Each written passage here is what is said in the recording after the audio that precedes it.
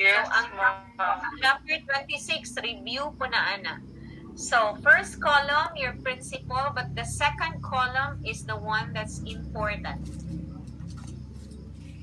Describe the facilitating role of the teacher to ensure learning.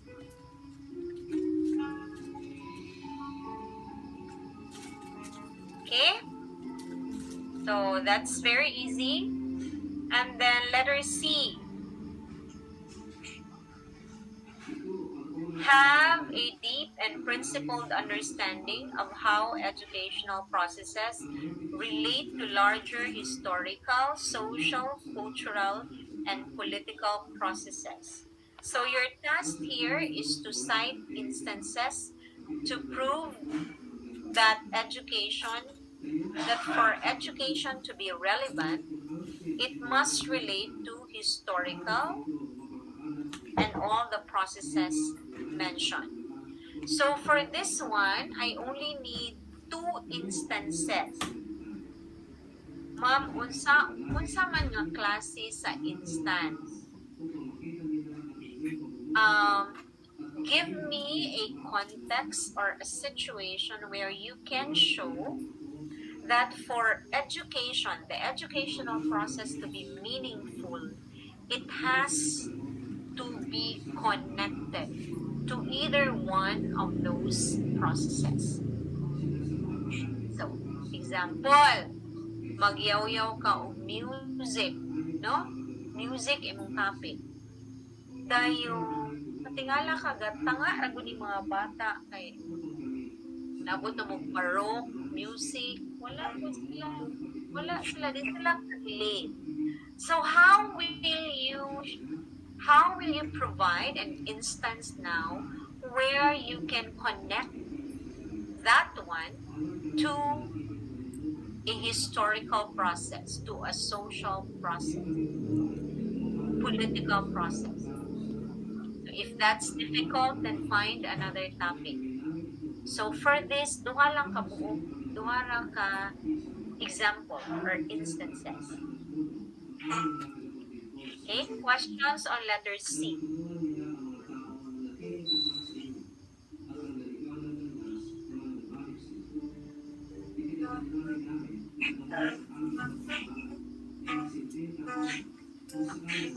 is that? Wala ko nagungo.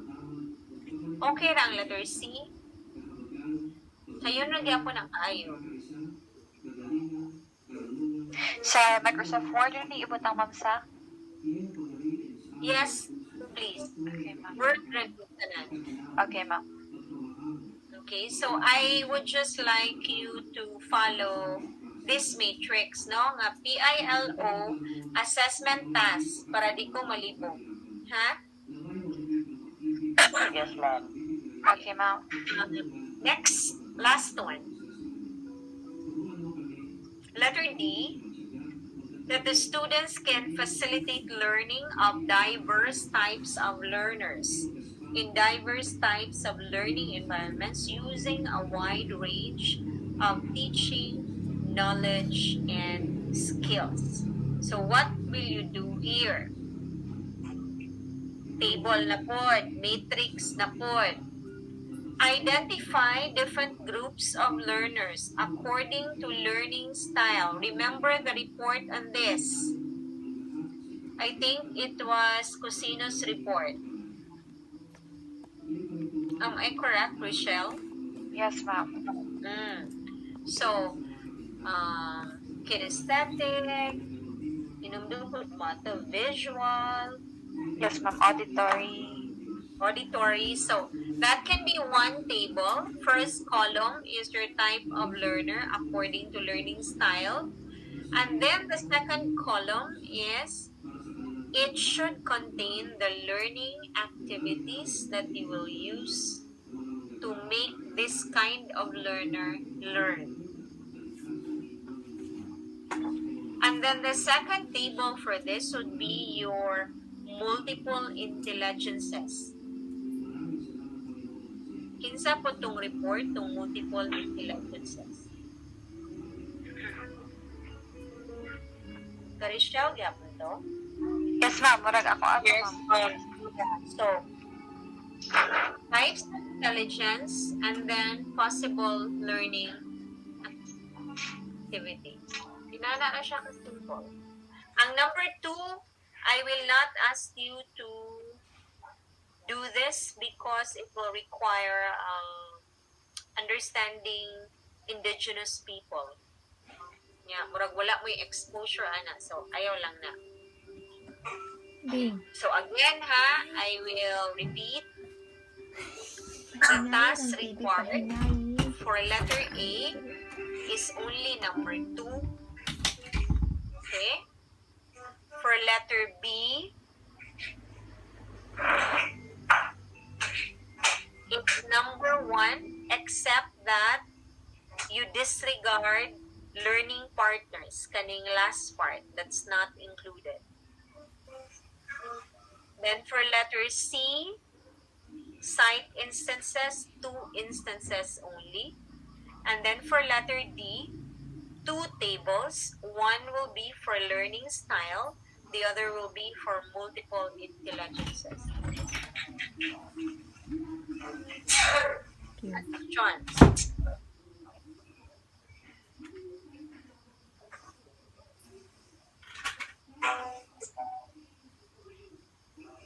So again, tonight is our last meeting online. Okay? I will see you again. Ay, dili na good gani. Tonight is actually the last online meeting. However, I would expect you to spend July 12 and what's the next one? July 19 to work on what you have to do. 26 is our online exam, and it shall also be the deadline for all your assessment tasks. So just the same, in Edmudo, I will give which task na siya, diha nimo i-submit. If your video is too big a file, you can just send me the Google Drive link.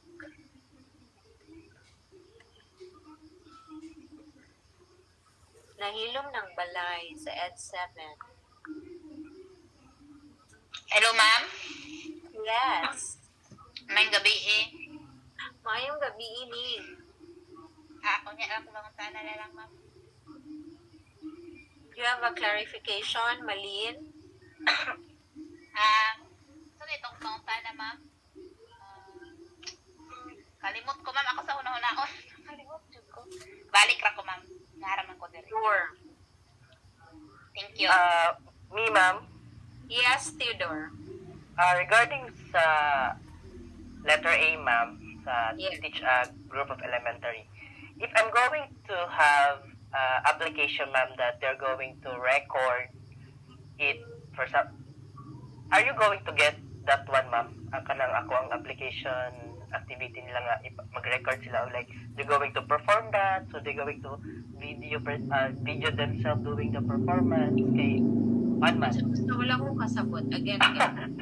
Ako, ma'am, di ba, for example, we're going to have a class, no? So, during in my application activity, so, especially kay TLE man ko, so, naago na siya dapat makita nga presentation or performance. So, akong ipahimo lang is, pabidyohon ako sila, anak nga performance, so, imo pang kaon ng video nila na, ma'am? Not anymore. Okay. Not anymore. However, I'd like you to go back to what is asked, no? So this is not just your topic, but it has to be on the inclusion of learning skills that are necessary for lifelong learning in your area. Ha? Ikalimot. So, dili rin yung mag-teach tag electricity. But, unsaon imo pag-incorporate o learning skill, samtang gatudlo kag electricity. Okay, facilitating learning man atong klase. So, you got that, Theodore? Yes, ma'am. Copy, Alright. ma'am. Thank you.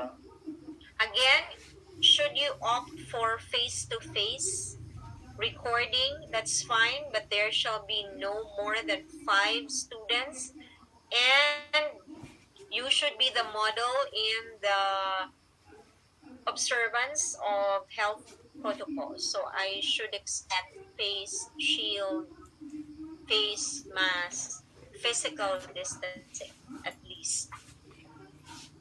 Okay? Ma'am, But wait, those of you who would want to opt the online thing, mas labing maayo. Yes, other question. kung online, ma'am, unsaon na mo pag-record, ma'am, para masabit nimo? Have you tried Zoom? Na ako'y Zoom, ma'am. Yes, good. Okay. You can record. Okay, ma'am. 40 Sige. minutes na siya. Ang free nga Zoom account is good for an hour. So 40 minutes naman ang ipangayo ani. Then you can record. And then you just send me the link. Okay. Thank you, ma'am. Kana akong question. Salamat. Okay. Wala na tayo laing question.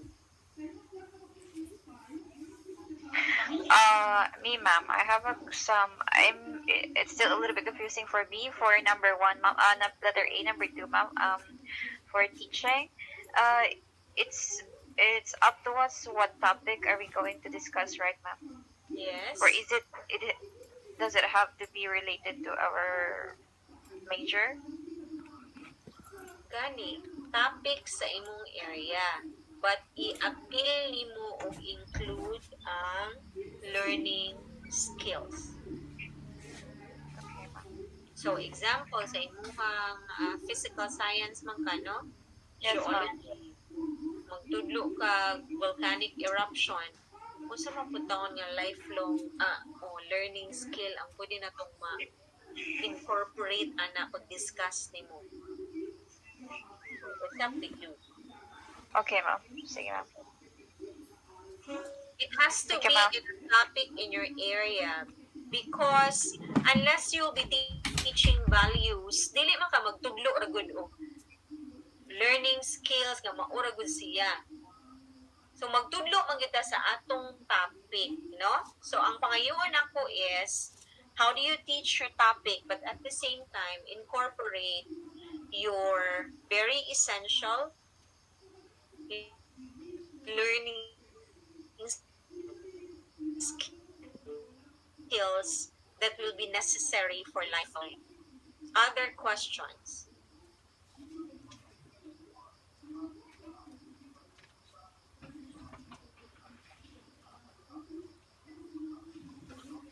None for me, ma'am. Okay. Am I understood? Yes, ma'am. Yes, ma'am. But you can always contact me, clarify me. Dili po pasabot na abig karon ang last na tong kita. Hilom na po ang tanan, ha? You can clarify, you can contact me, especially if it's your class time. Kanang class time nimo nga schedule, pwede ra gyud ko nimong kontakon. But again, the deadline is July 26. But I would expect all your PowerPoint presentations uploaded by July 12. That would give everybody ample time to review. Okay, because the coverage is quite lengthy, from 16 all the way to the last module.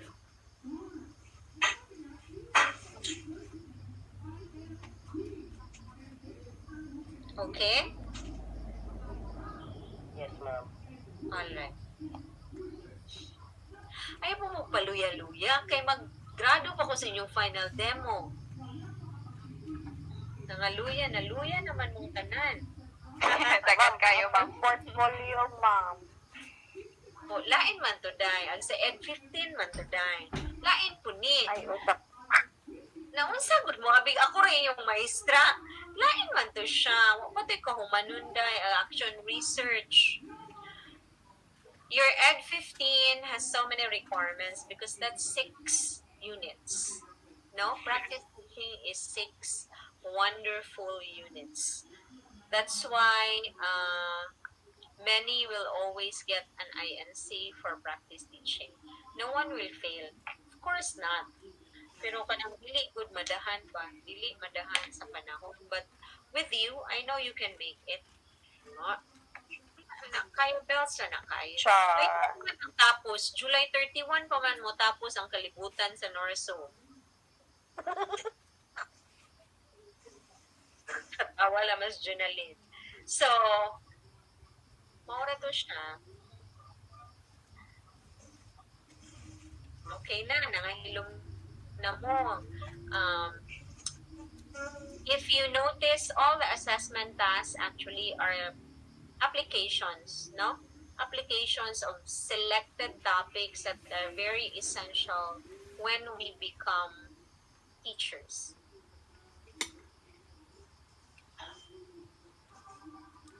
Okay? So, ninyong tanan, murag si Ma'am Miriam, ray hayag-hayag, naong ani, kay siya ra may walay at 15. Kamong tanan, no, di na mo maningo. Ma'am Rolet, bisa ko lang yung F15, pero naapot ko yung mga classes. Naghama ko. Unsa na lang ni sila, ma'am. Okay. So, okay ra na. Kaya belts na kayo. Laban lang. Laban lang. Okay? And, ug dili gyud makaya sa inyuhang lawas, ayo jud lugsa, kay naay ginatawag nga INC. Okay? And for INC ra man guna, and then you can be given a semester's extension. Kaya usahay, hindi na magud makaya, malarag magud atong ulo, mga buhok, no? I wanted to give the task back then, pero kabalo ko di gyapon mo sink in because your focus is on practice teaching. So, sige lang, napamami mga around 3 weeks. Okay ra kaya na, doable. Alright, so, maura to siya for tonight. Ma'am, Yes, o pa rin minahumang Theodore. Theodore. na ako'y question regarding sa Ed15, ma'am. About sa final demonstration nga video na mo, ma'am ba? Yeah. Na-divide magud sa 2 ako ang video, ma'am, kay due to dako kayo o kuan gig ang So, what's na-cover. your problem? Okay ra nimo tamawala. Dili ra nako siya editon lang, ma'am, kay bugat magud kayo. Oh, isend na ng duha ka links. Wala problema. Sumpayan na na mong lantaw. Together with the lesson plan, ma'am, no? Yep. Okay, thank you, ma'am. Wala ta. Okay. So, wala na ta. Okay. So, goodbye everybody. Good night everyone. Good night, ma'am. Good